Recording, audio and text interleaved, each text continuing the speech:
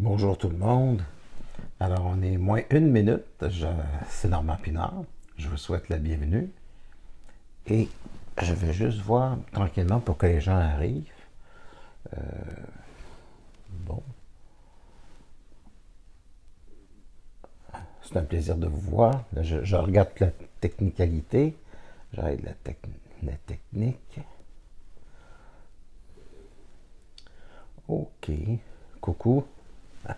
Je pourrais pas faire des coucous à tout le monde. OK. Alors maintenant, la particularité, ici, c'est simplement si vous avez des questions à me poser, ça va être un immense plaisir parce que avant, je donne des conférences, c'est unidirectionnel, mais on a, merci pour les petits cœurs, mais on peut avoir, vous pouvez maintenant me poser des questions. C'est l'avantage de tout ça. Alors, est-ce que le son est bon? Je vais vérifier mes grosses lunettes, mes loupes. Bon, alors je pense que le son est bon, il n'y a pas de problème. C'est le fun, ça porter un nom comme Jean Descris, c'est très québécois. C'est fantastique. Euh, Québec, c'est assez spécial. Bonjour. C'est un immense plaisir. Invité, OK. Ben, en fait, le but de tout ça, est-ce que vous avez des questions? Puis je vais partir avec une question que vous allez me poser. Mais pour ça, peut-être qu'il faut que j'attende qu'il y ait un petit peu plus de monde. C'est pour ça que j'ouvre un petit peu plus tôt. Ici, c'est la pluie. Pas tellement fantastique comme c'est. C'est la pluie. C'est la pluie, il fait 6 degrés. Alors, quelques degrés de moins, puis c'était de la neige. Alors, le réchauffement planétaire, j'aimerais ça qu'il se fasse sentir un peu plus que ça. Ça ne veut pas dire qu'il n'y en a pas. Je pense que. Je pense que je ne suis pas le seul Québécois à dire que ce serait intéressant qu'il n'y ait pas de neige. Les enfants aiment beaucoup, par exemple. On ne ferait pas plaisir à tout le monde. Alors, on est déjà rendu 12. Le son est OK. OK, merci, j'en décris. Partez pas tout de suite. Bon, OK. Voilà. Est-ce que vous avez une question en particulier? Répondre à ça. Sinon, je risque de partir avec un thème qui est comme ça, puis comme ça, c'est ce qui vient à moi. Alors, 13. OK, je sais, ça bouge. C'est la nouvelle manière de filmer. C'est-à-dire que l'action. Je vais essayer de faire en sorte que ça bouge le moins possible. Inviter cette personne à l'écran. Il y a des gens qui veulent se faire inviter à l'écran. On peut peut-être essayer ça un peu plus tard. 12 personnes. Je vais voir s'il y a des gens que je... Lynn. Ricardo, bonjour. Emma. Alain. Jean. Kaz. Ahmed Kohn. Baptiste. Essa. Zuta. Aïssa Zuta. Excusez-moi si je prononce mal. Nicole Henkel. Jacqueline Michel. Jean. OK, c'est les mêmes qui reviennent. OK. Manon. Bonjour. On m'entend bien? OK. Luc Rajotte. Bonjour, Luc.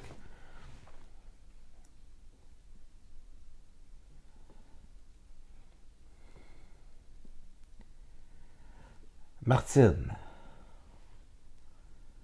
Oui. OK, une première question. La paix en soi doit être, doit être cultivée.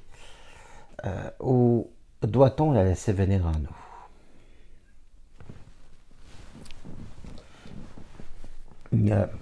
On n'a pas appris à développer une sérénité.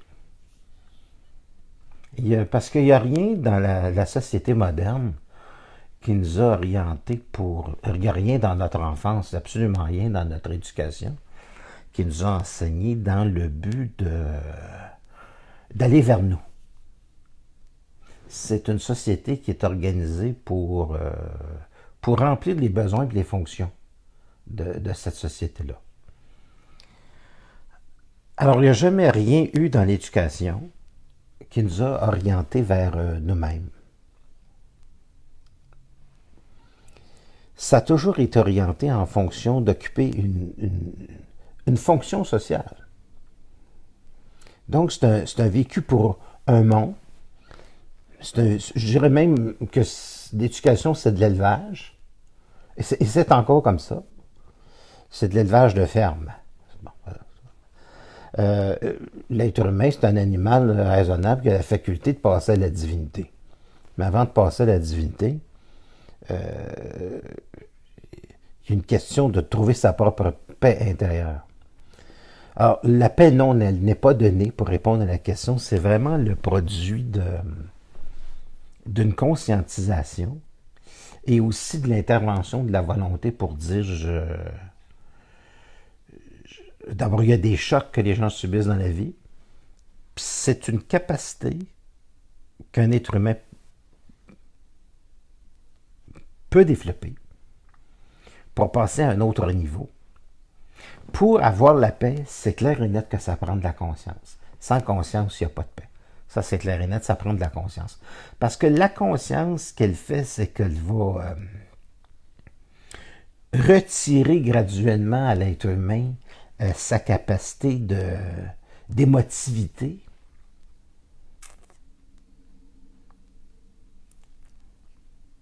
Non rationnelle. C'est-à-dire une émotivité qui est encombrante. La conscience n'enlève pas l'émotivité. La conscience va enlever une émotivité qui n'est pas intelligente.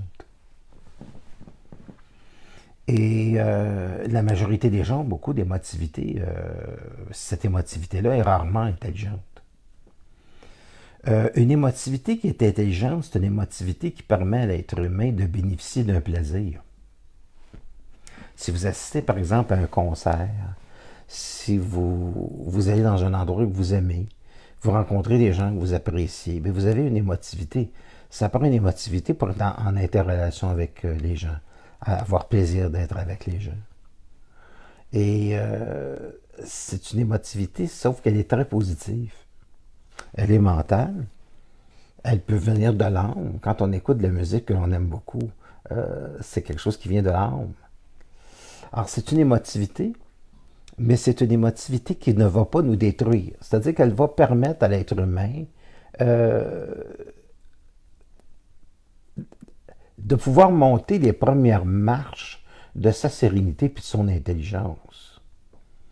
Donc, graduellement, avec la conscience, l'être humain passe à une conscience qui est de plus en plus élevée, qui lui permet à ce moment-là d'avoir une relation avec le monde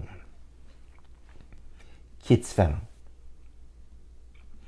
Et le fait d'envisager le monde comme étant différent, le fait même de l'envisager, construit avec le monde un nouvel entendement. C'est-à-dire que le fait de concevoir le monde d'une manière différente crée une ambiance. L'ambiance constitue la réalité. Elle crée et elle modifie la réalité dans l'espace et dans le temps. C'est-à-dire que nous rencontrons des circonstances favorables au développement de notre sérénité. Donc, le but de la conscience, c'est de donner des opportunités à l'homme, à l'être humain, d'accéder à la sérénité. Donc, ce sont tous des processus. La conscience est un outil pour accéder à une sérénité. Mais il faut savoir dans la conscience ce qui est intelligent, ce qui ne l'est pas. C'est ce que donne la conscience. La conscience donne un fruit qui est le discernement. Et ce discernement-là, au lieu de prendre 10 ans pour connaître quelqu'un, ça prend une seconde. Elle établit avec le monde une relation télépathique. Elle établit avec le monde une relation occulte. Elle établit avec le monde une relation où on peut ressentir la personne à des milliers de kilomètres. Donc, c'est une conscience qui est différente des êtres humains en général qui n'ont pas ouvert de route vers eux-mêmes. Donc, de la conscience, pour moi, c'est ouvrir une immense route vers soi-même. Et une fois que cette route, elle est ouverte, qu'on peut y accéder, qu'il n'y a plus d'embûches, qu'il y a des ponts qui nous permettent d'accéder à nous-mêmes, à ce moment-là, la relation, le fait d'envisager une relation avec soi et de prendre des décisions change le monde. On ne change pas le monde à l'extérieur, on change le monde en soi et le monde à l'extérieur s'ajuste en fonction de la capacité de créer un égrégore qui modifie dans l'espace et le temps la réalité qui nous arrive. Alors de là, l'extrême, on parle de magie, c'est clair. Et l'inconscience, la conscience n'est pas quelque chose de passif, c'est pas passif, et l'inconscience ne l'est pas non plus. Parce que pour un individu qui est conscient, il change sa réalité. Mais un individu qui n'a pas de conscience change sa réalité également, mais pour le pire. Et c'est ça qui fait toute la différence. Donc non, ce n'est pas donné. C'est une détermination qui permet à l'être humain de dire « je m'en vais dans cette direction-là, c'est ce que je veux faire ». Est-ce que c'est facile? Non, pas nécessairement, mais c'est beaucoup plus facile que d'entrevoir une vie difficile toute sa vie. J'ai commencé à l'âge de 15 ans à dire « je vais faire ce que j'aime ». Et à 23 ans, j'avais déjà rencontré beaucoup de personnes qui pensaient comme moi. Et on a confirmé déjà toutes nos expériences, tout notre cheminement intérieur, qui nous a permis de commencer à connaître ce qu'on appelle le paranormal, la parapsychologie.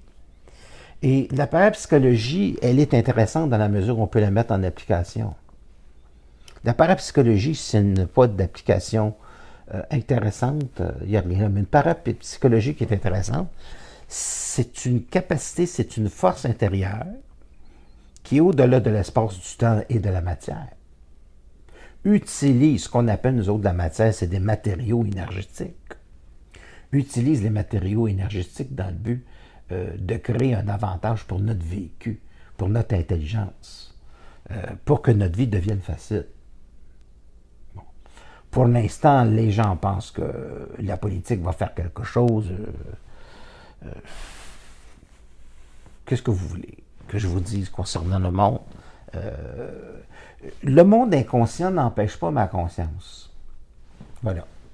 Le monde inconscient n'empêche pas ma conscience. C'est un petit peu lorsque vous êtes en voiture, puis qu'il y a quelqu'un qui vous coupe. Qu'est-ce que vous voulez faire? Klaxonner pendant des heures de temps ne va pas changer la situation. Donc, je ne suis pas porté à klaxonner, je ne suis pas porté à vouloir changer le monde, ça ne m'intéresse pas. Je suis intéressé simplement à dire, bon, je mets de la musique, une petite musique, puis voilà, c'est tout. Parce que 5 minutes après, il va y avoir encore quelqu'un qui va vous couper, et c'est comme ça. Alors, on ne peut pas rendre le monde conscient. Il faut qu'ils viennent me voir. Et ça va les aider beaucoup. Faut qu'ils fassent un travail. Il faut qu'ils envisagent ce que je dis comme étant possible. Pas le croire, mais comme étant possible. Puis ensuite, éventuellement, avec le temps, il va commencer peut-être à s'arrêter à certaines choses qui se passent dans sa vie. Il va devenir un petit peu plus sensible. Et il va se dire, ah, c'est ça. Parce que là, je ne peux pas parler juste pour ma civilisation présente. quand j'ai fait les émissions et quand je vous parle présentement, je m'adresse toujours à des gens dans leur futur. Je m'adresse à des gens qui vont exister sur... Je m'adresse à vous, bien sûr, mais je m'adresse surtout à des gens dans 100 ans, dans 200 ans. Si ça c'est récupéré à quelque part, puis que c'est mis à la disposition du public, les gens vont comprendre facilement. Est-ce que c'est impossible pour l'être humain présentement? Non. Atteindre la sérénité, atteindre la conscience, c'est pas du tout impossible. Mais c'est plus difficile dans certains pays. Parce que les tensions, je vais m'arranger pour que ça bouge un petit peu moins, parce que les tensions sont beaucoup moins élevées dans certains pays. Et des pays comme la France, des pays comme le Canada, des pays comme les États-Unis, c'est des pays qui sont extrêmement exigeants au niveau des tensions nerveuses. On n'a pas le temps de penser à nous parce qu'on s'est donné une vie où on n'a pas le temps de penser, où on n'a pas le temps d'aller vers nous-mêmes. Alors, c'est beaucoup plus difficile que si on vit dans certains pays. Je pense aux Indes, puis encore là, aux Indes, il n'y a rien de facile. Sauf qu'on peut rencontrer des gens qui peuvent être extrêmement intéressants au niveau de la spiritualité, mais encore là, la spiritualité et la sagesse, quoique très intéressant, ce n'est pas suffisant. Et la raison pour laquelle la spiritualité et la sagesse n'est pas suffisante, c'est que la spiritualité et la sagesse, c'est quelque chose de personnel. C'est-à-dire que la sagesse d'un travail qu'un individu doit effectuer sur lui-même n'est pas nécessairement bon pour un autre. N'est pas nécessairement ce qu'il y a de meilleur pour l'autre. C'est assez spécial, ça. C'est pas parce que vous faites un travail vers vous-même et que vous comprenez des choses sur votre chemin que c'est un absolu pour l'autre. Donc, il y a une variation dans la construction psychologique d'un individu de ce qu'il doit faire pour aller vers son intelligence, vers sa conscience, qui n'est pas la même chose pour un autre. Et c'est la raison pour laquelle il faut beaucoup, je pense, je dirais pas de patience, mais de compréhension par rapport à la différence que l'autre possède au niveau de sa vibration, de son égrégore. Alors ici en Amérique, c'est rapide, c'est axé vers la performance. Donc trouver la paix dans l'esprit, c'est très très possible, mais ça va prendre des conditions de base. Des conditions de base qu'on connaît tous. Des conditions de base qui sont financières, des conditions de base où on est en santé, des conditions de base où on aime notre travail. Il y a beaucoup de conditions là, de base. Est-ce que ça favorise la conscience? Ce qui va favoriser la conscience, c'est lorsque quelqu'un va aller vers... il va avoir le temps pour lui. Il va avoir le temps pour lui-même. Le temps pour ne pas penser. Le temps pour ne pas réfléchir. Avoir du temps. Il n'y a pas beaucoup de gens qui se donnent la permission d'avoir du temps. Du temps pour rien faire. C'est à ce moment-là qu'on en fait le plus. Fait que je vais voir pour les autres réponses. Parce que vous voyez, moi, juste avec une question, je m'envole. Je vais regarder. Alors, bonjour Louise, Mathias, Olivier, Robert. Est-ce que ça vous dit quelque chose que je suis en train de vous parler présentement? J'ai jamais eu de feedback direct comme ça. Je trouve ça intéressant. Technologie fantastique. Je tiens à vous rappeler aussi que pour les gens qui résident au Québec, ou à Montréal particulièrement, je donne des consultations. Vous pouvez venir me voir. Puis les consultations, ça peut être aussi juste pour éclaircir une situation. Je suis un spécialiste pour éclaircir des situations. Il y a des gens souvent qui vont rencontrer quelqu'un dans leur vie. Présentez-vous ici avec la photographie, vous pouvez me la faire parvenir, puis je peux vous dire comment ça va être. Quelle est l'autre personne? Je le vois d'après la photo. Puis je suis capable de vous dire si ça va marcher ou ça ne fonctionnera pas. Les changements que vous devez faire. C'est quelqu'un qui est bien pour vous. Fait que ça, j'aime beaucoup travailler ce niveau-là. J'aime beaucoup aussi les gens qui me posent des questions d'ordre métaphysique. C'est pas les choses à négliger la métaphysique. C'est pas parce que je fais de la voyance qu'on doit s'arrêter là. Il y a des gens qui peuvent venir me voir strictement pour de la métaphysique. Je donne des ateliers, je donne des conférences pour ça. Et les gens, ça amène des modifications dans la manière de regarder leur vie. Puis c'est ça qui donne la conscience. Eux autres vont se la donner éventuellement. Moi, je ne donne pas de conscience. Je favorise une méthodologie de pensée qui peut l'amener chez certains individus qui sont aptes. Et puis aussi, ce qu'on fait dans les ateliers, c'est qu'on charge notre batterie intérieure. En France, c'est une batterie. On charge la batterie. Et à ce moment-là, ça permet aux événements d'arriver avec une plus grande facilité. Les événements qui sont positifs. Alors, c'est un peu le but de tout ça. La voyance, je la fais toujours parce que ça a toujours été ce que les gens me demandaient, puis que ça intéressait. J'aime beaucoup en faire aussi. Mais ça ne donne pas de la conscience. Ça sécurise. C'est pas un travail sur soi. Ce qui est un travail sur soi, c'est quand je parle aux gens, ça les fait vibrer à un autre niveau. Et à ce moment-là, on peut faire un travail et envisager d'avoir la vie d'un autre angle, puis de vibrer à un autre niveau. Puis à ce moment-là, la réalité change. Alors, ce qui est intéressant, c'est pas juste nous qui changeons. Notre réalité change. Il nous arrive des événements qui sont différents. Donc, qui sont plus faciles et qui sont plus simples. Et dans ce sens-là, ça, c'est intéressant. Les gens dorment mieux. Le rêve change. Le rapport avec le monde de l'invisible change. Il commence à décider un petit peu plus. Parce qu'être conscient, c'est prendre plus de place dans son invisibilité comme dans sa visibilité. Le monde visible, puis le monde invisible. Devenir conscient, c'est devenir vaste. Puis une fois que la conscience, elle est établie, l'ego coupe.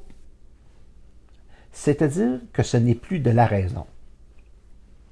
L'être humain est automatiquement en fonction, c'est-à-dire qu'il change sa réalité. Donc la maladie, oubliez ça. Pourquoi pas la santé? Pourquoi pas la facilité? Je regarde les films sur Netflix. Les trois quarts, c'est des films d'horreur. Ben, ma vie, c'est pas une horreur. Et je ne regarde pas des films d'horreur. C'est tout. Je regarde des titres. Alors, les gens aiment à consommer de l'horreur. Moi, je consomme de la paix, de la tranquillité. Qu'est-ce que vous voulez que je vous dise? Je fonctionne selon ma psychologie. Alors, s'il y a autant de gens qui s'ennuient et qui regardent des films de poupées qui s'amusent à égorger quelqu'un, vous savez, la petite poupée Chucky, Annabelle et bien d'autres, le monde est pogné encore avec leurs poupées. Il faut développer plus loin que l'âge mental de 3 ans à un moment donné. Il faut passer à autre chose, n'est-ce pas? Alors, je ne sais pas si vous avez ces films-là en Europe, si on osait vous les présenter. Ça ne me surprendrait pas. Hollywood, rempli de catastrophes. Et Los Angeles est en feu, mesdames et messieurs. Bien oui, Los Angeles est incendié. Il répond à ses propres catastrophes hollywoodiennes. Fantastique. Quel bel égrégore. Je leur souhaite bonne chance. OK. On va regarder ici. Bien oui, tous les jours, Hollywood brûle. Ça. Bon. Pas de questions. Est-ce que vous avez des questions? Ça serait peut-être intéressant. Ça serait sûrement intéressant. Donc, je me tiens vers le bas s'il y en a qui veulent... on est 24. en direct. Alors, je vais dire, mais c'est Madeleine. Alors, Madeleine Corbeil, bonjour. Salut Madeleine, c'est un grand plaisir. Jean, Eugène, Henriette. Henriette a compris. Henriette Montcalm. Elle est relaxée, cette personne. Salomé. Puis là, je n'ose pas prononcer le nom de famille parce que je ne voudrais pas le massacrer. Non, je ne prendrais pas de chance.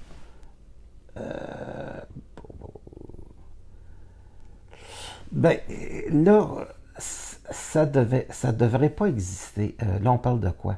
Les films d'Hollywood ou l'existence humaine?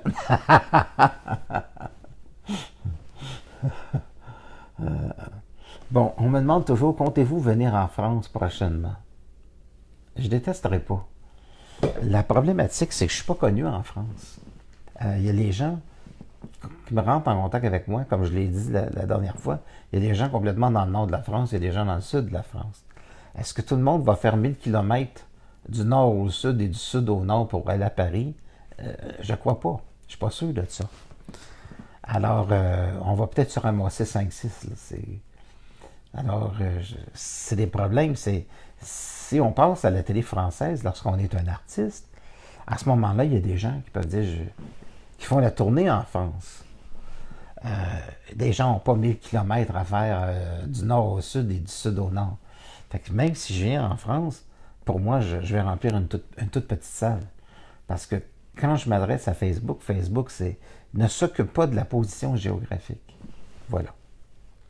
Alors, ça me ferait plaisir. Peut-être qu'un jour, je vais faire un tour en France, ça c'est sûr. Est-ce que ça va être pour une conférence? Je ne sais pas. Je pense pas à ces choses-là. Mais j'aimerais le faire. J'aimerais le faire. Alors, Eugène.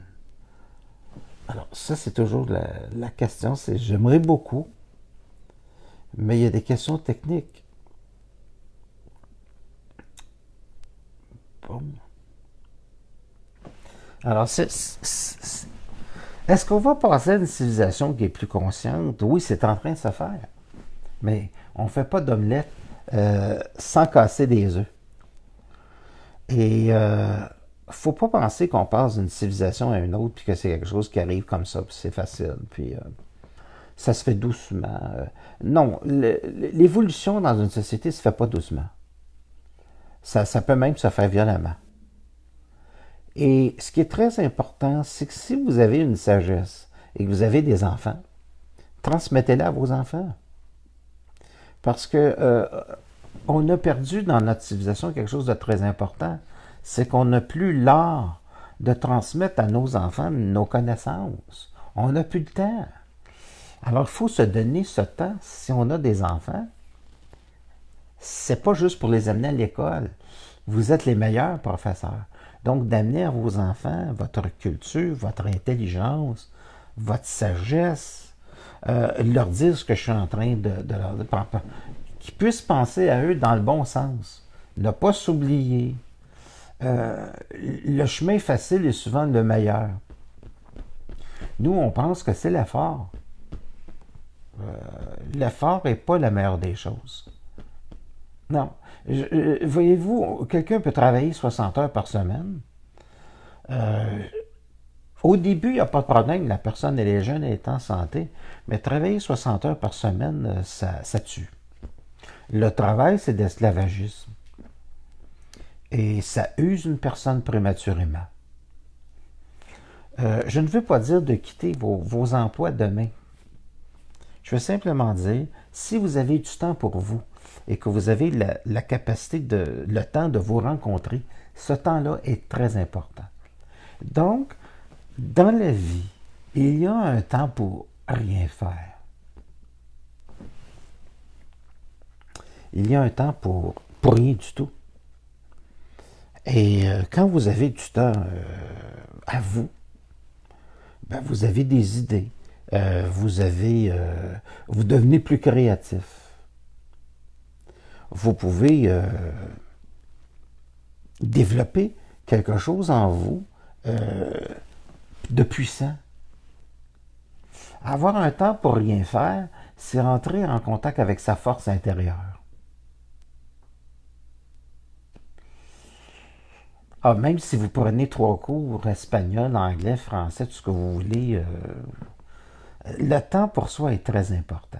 Donc, je ne veux pas dire que les cours de langue, c'est mauvais, mais un individu intelligent a toujours tout son temps pour lui. Je l'ai expérimenté.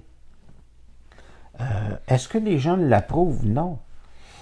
Parce que les gens ont appris autre chose. Et les gens veulent toujours nous amener dans leur sillon. Et j'en ai rien à fichtre. Donc, je m'occupe de ma sérénité. Parce que ma sérénité, la sérénité qu'un être humain possède, constitue les phénomènes de la réalité qui vont permettre à un individu de la garder. Je développe ma sérénité, je garde ma sérénité, et voilà que le monde, les événements, s'ajustent en fonction de ma force intérieure, en fonction de ce que je suis comme égrégore. Ça, c'est fondamental. Sinon, il n'y a plus aucune magie possible dans le monde. La relation que nous avons avec le monde et que j'appelle de la magie ne veut pas dire que c'est anti-scientifique. C'est juste une science que pour l'instant, on ne connaît pas. On ne connaît pas comment fonctionne le cerveau humain. On en connaît plus qu'il y a 50 ans. Mais ce qu'on va connaître dans 200 ans, ça va être vraiment extraordinaire. Donc, il faut comprendre que la magie, c'est pas comme penser comme au Moyen Âge, mais plutôt penser comme un scientifique dans 100 ans, dans 200 ans, dans 300 ans, où on va être capable d'intervenir sur l'espace, le temps, la matière. Il y a tellement de choses à découvrir avec la physique quantique. C'est un exemple que je donne. Je ne voudrais pas blesser les scientifiques. On ne sait pas. On émet des ondes, on émet une vibration. Et je l'ai expérimenté des milliers de fois. Des choses incroyables. Vous aussi, vous l'avez expérimenté plusieurs fois. Donc, ce que l'on est comme relation intérieure avec soi modifie le réel. C'est fondamental de se rencontrer, d'avoir du temps pour soi. Beaucoup plus encore que d'essayer de comprendre. La spiritualité, pour moi, c'est de la politique cosmique. Se rencontrer, avoir du temps pour soi, pour moi, c'est capital. Un temps pour rien faire. Pour certaines personnes, ça peut être très angoissant parce que les gens sont habitués à s'occuper beaucoup pour ne pas se rencontrer. Ils ont peur de rencontrer du vide. Moi, ça ne me dérange pas de rencontrer. Moi-même, il n'y a pas de vide. Je fais toujours quelque chose avec le néant. Je le transforme toujours en existence. C'est ce que font les peintres devant une toile blanche. Il peut y avoir un trac. Mais au fur et à mesure où on peint une toile, on constitue une émotion, une image qui va... Je sais que j'ai fait de la photographie depuis 55 ans. J'ai commencé à 10 ans à faire de la photo. Alors, c'est rien d'autre qu'un petit carton blanc. Et à un moment donné, tu prends un cliché qui va parler au monde, qui va leur dire quelque chose. Bien, ma vie, c'est un peu la même chose. Il n'y a rien avant qu'il y ait quelque chose de fantastique. Et les choses qui sont fantastiques sont à la portée d'une réalité quotidienne, d'un vécu, minute par minute, seconde par seconde. Alors, le rien faire est très important parce qu'il permet la disponibilité nécessaire à construire le monde dans lequel je vis et dans lequel vous vivez. Je vais aller voir pour les questions. Le problème pour moi, c'est la culpabilité. Jean-François. Le problème pour moi, c'est la culpabilité de ne rien faire quand je ne fais rien. Oui, parce qu'on a été éduqué que rien faire, c'était quelque chose qu'on ne devait pas faire. Moi, j'enseigne tout à fait le contraire. C'est-à-dire que si vous voulez faire quelque chose dans votre vie, apprenez à rien faire par moment. Rien faire ne veut pas. Il y a une différence entre rien faire pour moi. Vous savez que on finit toujours par être créatif. On se rencontre. On fait toujours quelque chose quand on ne fait rien. On ne se transforme pas en zombie. On se rend compte. C'est simplement que rien faire favorise une. Ça me dit qu'il faut que je retourne mon appareil. Je suis un peu trop penché. Rien faire, ça veut dire se rencontrer. Ça peut être aussi une très grande paix intérieure. Ça charge la batterie. Ce que je veux, c'est que les gens arrêtent de réfléchir, arrêtent de penser. Juste 5 minutes par jour, ce serait extraordinaire. Le reste du temps, on va toujours être agité mentalement. Le but, c'est de le faire de plus en plus souvent au cours d'une journée. Si vous êtes capable à un moment donné de faire 10 minutes, d'avoir 10 minutes pour rien faire, ne pas penser, ça peut être intéressant parce qu'à ce moment-là, c'est la toile blanche nécessaire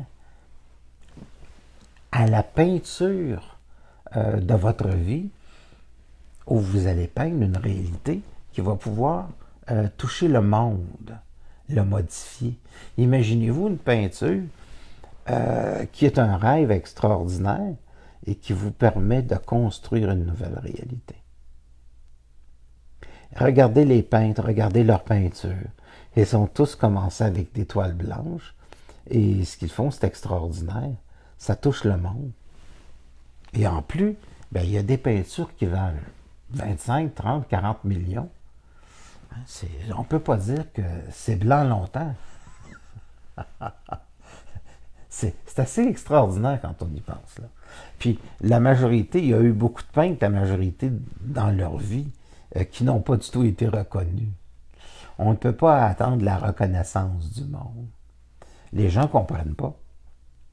Mais il y a des gens qui comprennent 25 ans, 30 ans, 100 ans plus tard. C'est comme ça. On ne peut pas faire en sorte que les autres soient la cause de notre paix.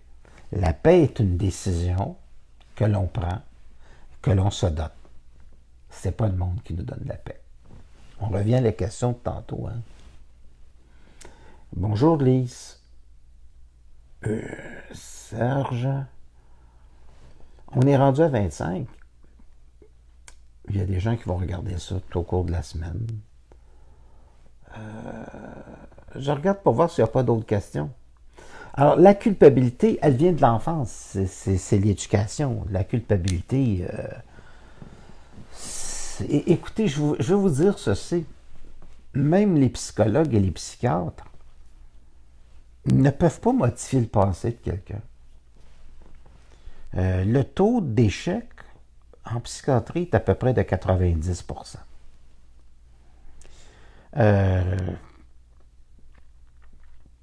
Ça parle beaucoup, ça. Tant que vous n'avez pas pris la décision d'avoir du temps pour vous et de retrouver votre paix et de ne pas vivre en fonction du monde, vous ne pourrez jamais comprendre ni vous-même ni le monde. Donc, c'est une force, c'est une décision et c'est une volonté. Est-ce que ça veut dire que le monde ne vaut rien? Non. Ça veut dire que lorsque l'on est bien avec soi-même, on peut rendre les autres beaucoup plus facilement heureux. On ne peut pas donner ce que l'on n'est pas. Mais on peut donner beaucoup quand on se sent bien. Et la relation avec le monde, elle change, elle se modifie en fonction de notre paix. Et à ce moment-là, on rencontre des gens intéressants. C'est toujours merveilleux de rencontrer des gens qui s'occupent de toutes sortes de domaines. Il y en a, hein, ça va être des spécialistes jardiniers.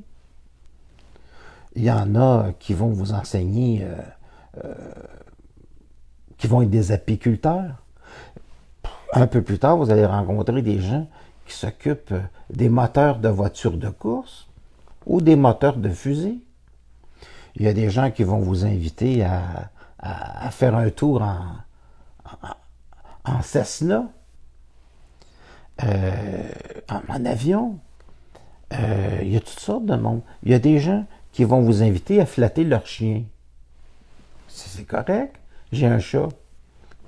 Ils vont s'entendre comme chien et chat. Voilà, il y a des gens qui vont vous parler de couture. Il y a des gens de tissu. Il y a des gens qui vont vous parler d'ordinateur. J'ai pas le temps de m'ennuyer. Je rencontre toutes sortes de monde. Et j'étudie beaucoup de phénomènes, beaucoup de choses. Je suis intéressé par beaucoup de choses. En ce moment, j'étudie l'électronique, qui est beaucoup axé dans l'audiovisuel. Puis en même temps, je m'intéresse beaucoup au jardinage. Je regarde ça. Les recettes de cuisine. Donc, c'est des domaines... les sortes de café. Alors, voilà, la psychologie des animaux. Ça, c'est tout en même temps. Vous avez dit, où est-ce que je vais? Sur l'Internet, il y a énormément d'informations. J'étudie ça. Je m'intéresse à la politique américaine. Je m'intéresse à la politique mondiale aussi. Donc, je ne suis pas un individu replié sur soi, là, avec son univers renfermé sur lui-même. Ben, non, c'est tout à fait le contraire. Parce que je me sens bien, j'ai beaucoup de disponibilité pour le monde. Et à ce moment-là, si vous comprenez cette chose-là, vous allez comprendre que vous pouvez apporter beaucoup aux autres. Parce que vous avez une opinion qui mérite qu'on s'y arrête, qu'on puisse l'étudier. Je vais voir s'il y a des questions. Je vous remercie d'être là. C'est un immense plaisir de communiquer avec vous. Puis j'aimerais aussi que vous puissiez communiquer avec moi.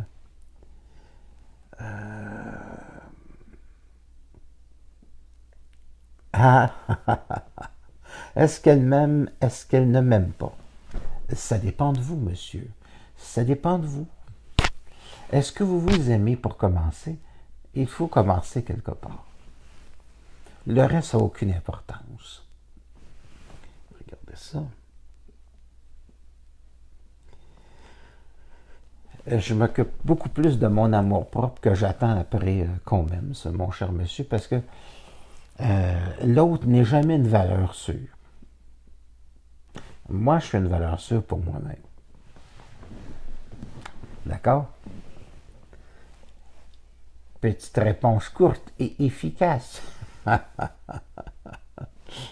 L'amour ne rend pas heureux. Ah, vous m'amenez sur un terrain dangereux. L'amour ne rend pas nécessairement heureux. Mais c'est pas nécessairement préférable de passer une vie tout seul. On peut être seul longtemps. Mais c'est toujours plus intéressant de vivre avec quelqu'un, avec une personne qui se regarde dans le coin des yeux que ça va bien. Normalement, on y arrive à peu près vers l'âge de 110 ans. Ça devient facile avec le temps. Après 4 divorces,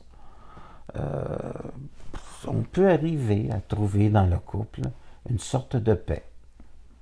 Et on ne se marie plus, bien sûr. Il s'agit d'être bien avec quelqu'un. Je vois beaucoup de petits cœurs. Hein, ça doit être des femmes qui m'envoient ça. Il y a des gens, ça va leur prendre peut-être une dizaine de divorces. Sauf que n'allez pas vers l'autre par besoin, mais par plaisir, par supplémentarité, non pas par complémentarité. L'autre, quand il est la cause de notre bonheur, il devient aussi la cause de notre malheur. Je mise sur un cheval gagnant. Moi, Vous faites la même chose, misez sur vous. Puis si vous rencontrez quelqu'un, ben, vous allez pouvoir rencontrer quelqu'un, d'abord, vous devenez voyant, vous avez de la télépathie, vous êtes capable de dire ça c'est intéressant, lui il ne l'est pas, c'est pas une seconde. Parce que vous êtes tellement en contact avec vos émotions que vous êtes en contact également avec les émotions des autres, puis vous pouvez dire ça fonctionne, ça fonctionne pas. Ça prend juste une seconde. Une seconde. Pour d'autres, ça prend 10 ans. C'est correct, ça leur prend 10 ans. C'est pas parce qu'ils sont pas intelligents. Ils se sont pas encore suffisamment rencontrés. Ils ne prennent pas suffisamment de temps pour eux.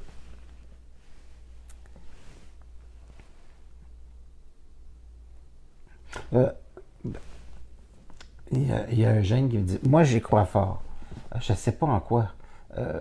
Il ne faut pas croire vraiment ce que je dis. Il faut plutôt l'expérimenter. L'autre doit être du rave. Je pense qu'on va dire du rêve. Et non un complément. Ben, moi, c'est ça. C'est une supplémentarité. Imaginez, vous êtes. C'est très gustatif. Imaginez, vous êtes un gâteau. Il y a une belle garniture. Vous êtes un beau gâteau. Puis on met la cerise sur le gâteau. Ben, pour moi, l'autre, c'est la cerise sur le gâteau. Quand l'autre, c'est la moitié de votre gâteau, il y a un problème. Pour moi, il y a de la dépendance affective. Et ça fait des couples qui branlent plus que l'image présentement. Là. Ça, c'est certain. Ça fait des couples extrêmement mouvementés. Sauf que c'est nécessaire pour que ce soit vécu. Parce que on peut comprendre. Vous savez, je pense que c'est en haut de 50 ans qu'on commence à comprendre les choses. Puis en haut de 60 ans, il y a une chance qu'on puisse mettre ça à exécution. Mais la sagesse à 30 ans, là, j'y crois pas. C'est bien difficile. Très difficile. Je vais parler un bon français. On va faire quelque chose pour les Français de France. Je vais parler français. Le vrai français comme en France. Je vais changer la forme. J'aime beaucoup m'amuser comme ça et pouvoir prononcer à la française. Bien prononcer les mots, être sérieux. Alors, l'amour est quelque chose de sérieux, mesdames et messieurs. On ne peut pas en rire. L'amour est très important, mais il y a beaucoup de gens qui sont morts dans l'amour. Je regardais l'autre jour la vie de Dalida. Je vois cette femme qui cherchait perdument dans l'autre le sens de son existence et qui finalement échoue, malgré sa beauté, sa grandeur, sa magnifique voix, et qui finalement se suicide. Alors, l'autre, le monde, ne peut pas être le centre de notre paix. Alors voilà, ce n'est pas une condition. Il ne faut pas chercher l'absolu dans l'autre.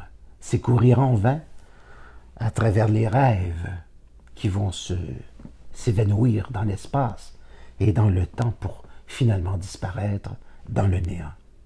L'autre devient important dans la mesure où on ressent en soi une solidité fondamentale, essentielle, parfaite, une lucidité qui nous permet de nous rencontrer dans sa paisible demeure, un peu comme si entrer en soi était en fait comme entrer dans son église pour savourer sa propre paix.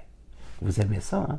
Quand je sors du Québécois, je sors du Québécois pour entrer à Paris avec une belle voix comme ça. Vous savez, Québécois est capable d'avoir l'accent français, le vocabulaire français.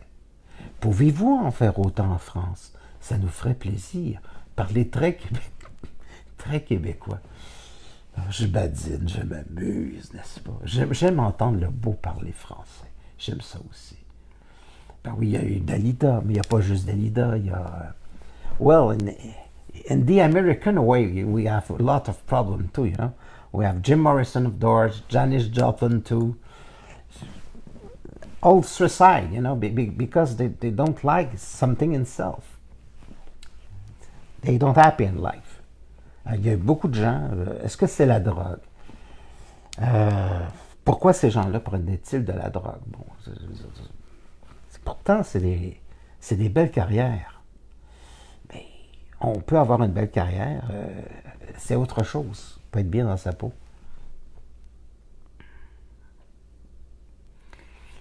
J'ai dit rentrer dans son temple. Ah, ok, excusez-moi. Entrer dans son temple. Entrer. Oui. La rentrée, c'est parce que c'est une marche à l'entrée. On peut débouler l'escalier. J'ai dit rentrer dans. Bon, ok. Je sais pas, je vais regarder cette vidéo pour savoir si vous me charriez pas là. On peut entrer dans son temple, savourer sa paix, sa sérénité, sa voix royale, vers l'infini, ne pas l'oublier. J'aimerais bien peut-être me lancer dans la politique française, n'est-ce pas, la politique française? Ben, Piaf s'est pas suicidé.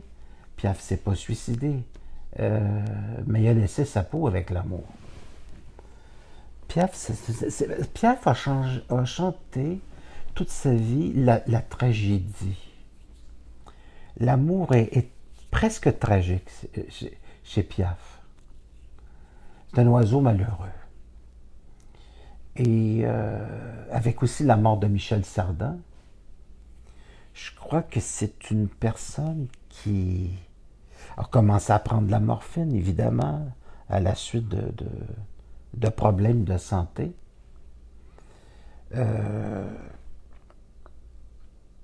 Les artistes ont souvent des amis qui sont des médecins. Et je pense que peut-être qu'on leur donne plus de produits. Je pense qu'Édith Piaf, elle est décédée d'un cancer. C'est pas. Mais Piaf est quand même deux choses. C'est une très grande passionnée de la scène. C'est une personne qui vit un rêve. Mais en même temps, l'amour prend une place où l'autre, ça devient comme une essence, un besoin, une drogue. Et on peut mourir de cette drogue-là aussi. Je vais voir pour les questions. Louise Beauregard me regarde. Merci, Louise Beauregard. Je fais des petites plaisanteries comme ça parce que j'adore ça. Vous aimez le Québécois? Ah ben, pas moi. Alors, c'est des plaisanteries. Oui, c'est très beau, merci. Aimer sans être attaché. Attendez, je vais lire. Aimer sans être attaché, la dépendance ne doit pas être présente. Commencer à vivre seul avec soi et apprendre à ficher plus, à connaître pour mieux savoir. Oui, c'est ce que je disais tantôt. Oui. Apprendre à se connaître. Alors, sur ce, mesdames et messieurs, avez-vous encore quelques questions? Vous savez, c'est très plaisant. C'est très, très plaisant. J'adore. J'adore. J'adore. Je m'amuse aussi. J'adore parce que je m'amuse. J'aime ça faire... J'aime ça prendre les choses sérieusement. La vie, c'est bien trop sérieux. Oh oui, c'est trop sérieux, la vie. C'est sérieux. Et puis, pour les autres, c'est très sérieux. Ben, pour moi, c'est un parc d'amusement. C'est ça la différence. Jus d'orange maison, mesdames et messieurs. Excusez-moi. C'est la classe, hein? Comme disent les Français. Verre en cristal. OK. Ben, magnifique journée. Vous savez, ici, c'est déjà tourné tout à l'automne. Tout à l'automne, j'ai un pan de mur comme ça. Voilà. Alors, on est... c'est déjà tout en couleur. Toutes les arbres sont en couleur. Ben, magnifique journée. Mon chat voulait sortir, il pleuvait. J'ai dit, vas-y, mais peut-être que j'y est aveugle finalement, tu sais. Parce qu'il y a une fenêtre, puis peut-être qu'il l'a pas vu, ça. Alors, je ne compte pas sur l'autre pour le bonheur, mais l'autre, c'est quelque chose de très plaisant quand on a la possibilité de se comprendre dans le coin des yeux. Mais c'est quelque chose qui ne se développe pas du jour au lendemain. Mais Vous savez, le bonheur dans un couple, il y a juste une chose à retenir, c'est combien de points avez-vous en commun. Combien de choses vous avez en commun. C'est tout. Si vous aimez faire du ski à 60 ans, et que l'autre n'aime pas ça, et que vous aimez tricoter, il va y avoir un problème. Si le monsieur regarde la télévision et qui aime, je sais pas moi, en France, le soccer, ce genre de truc comme ça, puis que vous voulez sortir, vous aimez aller dans les musées, ça ne fonctionnera pas. Ça prend des gens qui ont des points en commun, qui ont des goûts en commun. Pour quelqu'un qui a de la conscience, la vie est simple. Il choisit ce qu'il désire, la personne avec laquelle il veut vivre. Il va dans la même énergie. C'est tout. C'est tout simple que ça. Il ne dit pas, est-ce que ça va marcher? Il le sait, avant. Voilà. Pour toutes ces bonnes raisons. Le bonheur, ça c'est une drôle de question. Est-ce que le bonheur, c'est un choix, une décision, c'est la même chose? Oui, le bonheur, c'est un choix. Le bonheur, c'est un choix, c'est une décision, oui. C'est le résultat d'un travail sur soi, puis ensuite, ça devient une décision. Je dirais que le bonheur, ça c'est spécial, je l'aime. Parce que je l'ai jamais dit. Le bonheur, c'est la décision d'une personne enragée contre la souffrance. Voilà. Être dans la même énergie, c'est un petit peu ça. Alors écoutez, on va écourter ça, on est 30. Et puis, je vais vous dire, ce fut un immense plaisir de m'adresser à vous. Et c'est aussi un plaisir que vous puissiez communiquer avec moi. Ça se faisait pas avant. Vous voyez que je suis une personne qui aime beaucoup s'amuser quand même. Je vais voir pour... Je suis OK. Je vais aller pour voir en bas. Merci de parler d'amour de soi. S-O-I-E. J'aime beaucoup. L'amour mérite d'être tissé. Tissé. Mais il y a la femme araignée aussi. Il faut faire un petit peu attention. Ça aussi, c'est de la soie. S-O-I-E. Et aimer sa fleur intérieure et l'étudier quand elle ouvre. J'aime mon silence. Il m'apprend tellement de conscience et d'amour. Ben oui, c'est sûr, c'est dans vivez seul un bout de temps, puis ensuite tu vas vers l'autre parce que tu as le goût d'être avec quelqu'un, mais c'est pas suffisant, ça. Il faut rencontrer la bonne personne. Rencontrer Jack l'Éventreur n'est pas vraiment la bonne décision. Il faut rencontrer un serial killer n'est pas intéressant. Il faut rencontrer des gens avec lesquels ça fonctionne tout seul. Ça fonctionne bien, il n'y a pas de... Ça, c'est possible, je l'ai dit. C'est possible, tout est possible. À peu près vers l'âge de 100, 110 ans, ça devient encore plus facile. Parce qu'on a beaucoup d'expérience. Alors, être jeune, c'est être beau, mais être con. Bon, vous le saviez, hein? Je vous apprends rien du tout. Alors, si jeunesse avait, si vieillesse pouvait, hein? Bon, alors. Ben, moi, je peux quand même pas mal, ça va. Je peux, dans le sens de... Je peux m'amuser, là. Bonsoir. On me dit que ma femme et moi étions deux anciennes âmes. Nous sommes ensemble depuis 15 ans. Je ne sais pas si vous êtes des anciennes âmes, mais vous êtes ensemble depuis 15 ans et c'est bien d'avoir passé les 3 premières années parce que ça veut dire que le reste risque d'être intéressant à moins que ça ne soit tombé dans l'habitude. Voilà. L'habitude, à tous les niveaux de la vie, est un tueur. Il ne faut pas tomber dans aucune habitude. Le bonheur, c'est la capacité de se renouveler sans cesse. Là-dessus, je vais vous laisser. Ça a été une expérience vraiment fascinante de vous parler, de pouvoir communiquer avec vous, d'avoir le plaisir de communiquer avec vous. Je fais mon théâtre ici, j'aime beaucoup ça, j'aime beaucoup. Regardez une dernière question, souvent les dernières questions sont passionnantes. Allez voir ça. Il faut avoir l'expérience d'amour comme principe d'amour est un principe, pas un sentiment. Ben, c'est un vécu, en fait, c'est une expérience. Alors, on se voit peut-être dimanche prochain.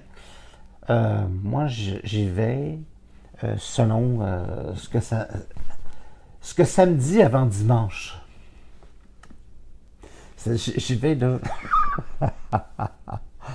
J'y vais samedi avant. Ce que ça me dit avant dimanche, voilà. Je sais que les Français aiment beaucoup ce genre de jeu de mots. Je ne sais pas au Québec, je pense que ça ne leur plaira pas. Pour ceux qui vivent en France, à quel horaire est-il possible de vous consulter?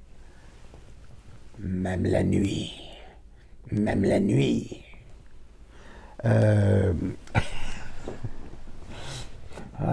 Vous pouvez me consulter. Écoutez, moi, il y a des gens qui me téléphonent à 20 heures. Donc, ça veut dire enlever 6 heures. Facilement, la nuit. La nuit. Pourquoi qu'il y a autant de divorces? J'aime ça, enfin, des bulles sourires. Je veux avoir des bulles sourires. Pourquoi il y a autant de divorces chez les gens? Ben oui, c'est parce que c'est de l'élevage de cochons d'Inde, là. C'est de la ferme.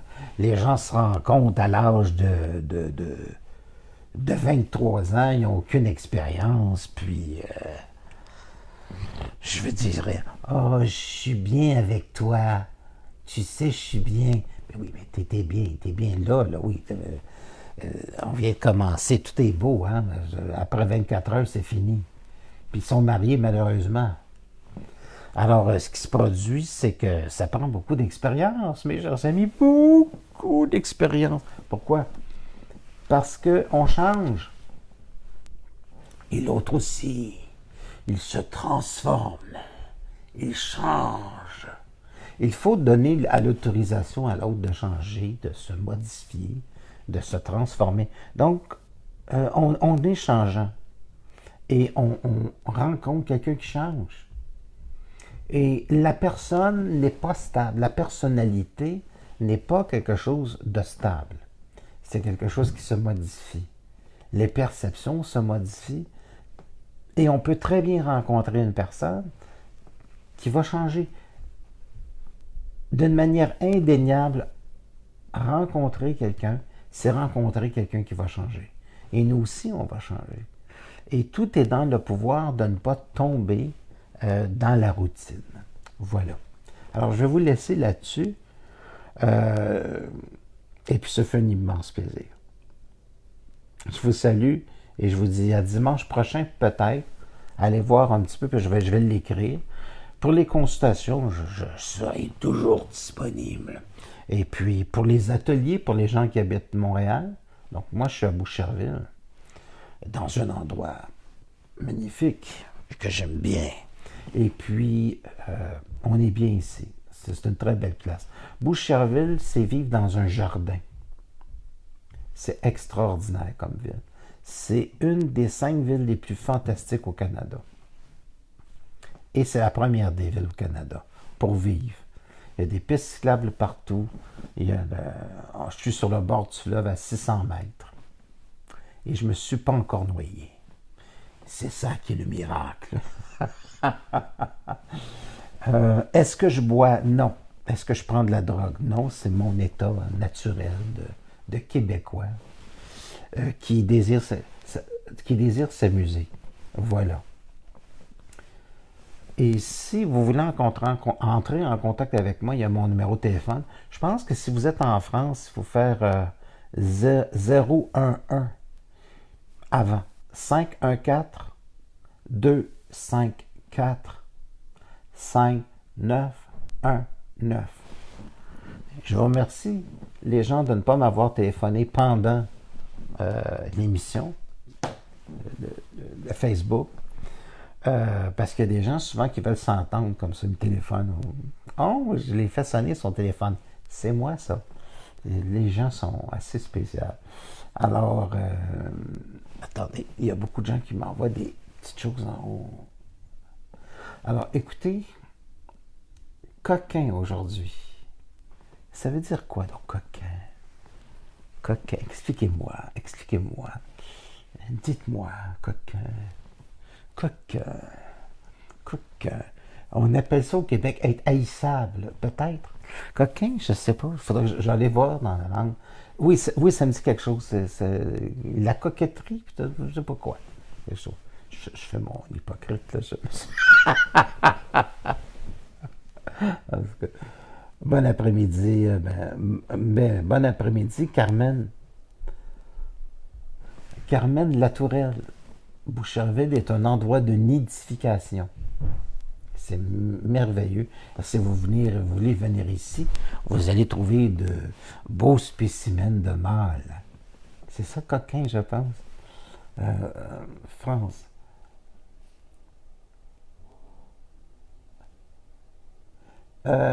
Oui, ben le pain sur le bras, oui.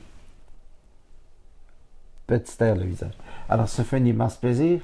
Et puis, ben, je vous dis à la prochaine. Merci beaucoup, cher public aimable. Et puis, des fois, je suis très sérieux, très emporté, etc. Puis, c'est léger aujourd'hui, j'aime ça. Avec mon côté d'humour. J'aime ça. Parce que fondamentalement, dans ma vie, je suis quelqu'un qui s'amuse. Vous le saviez, je vous apprends rien de ce côté-là. Merci infiniment. À la prochaine. À la prochaine. Maintenant, c'est comment est-ce que je fais pour arrêter ça? Y a-t-il quelqu'un qui peut me le dire? Terminé. Écoutez, merci beaucoup. Merci infiniment d'avoir été là. Merci.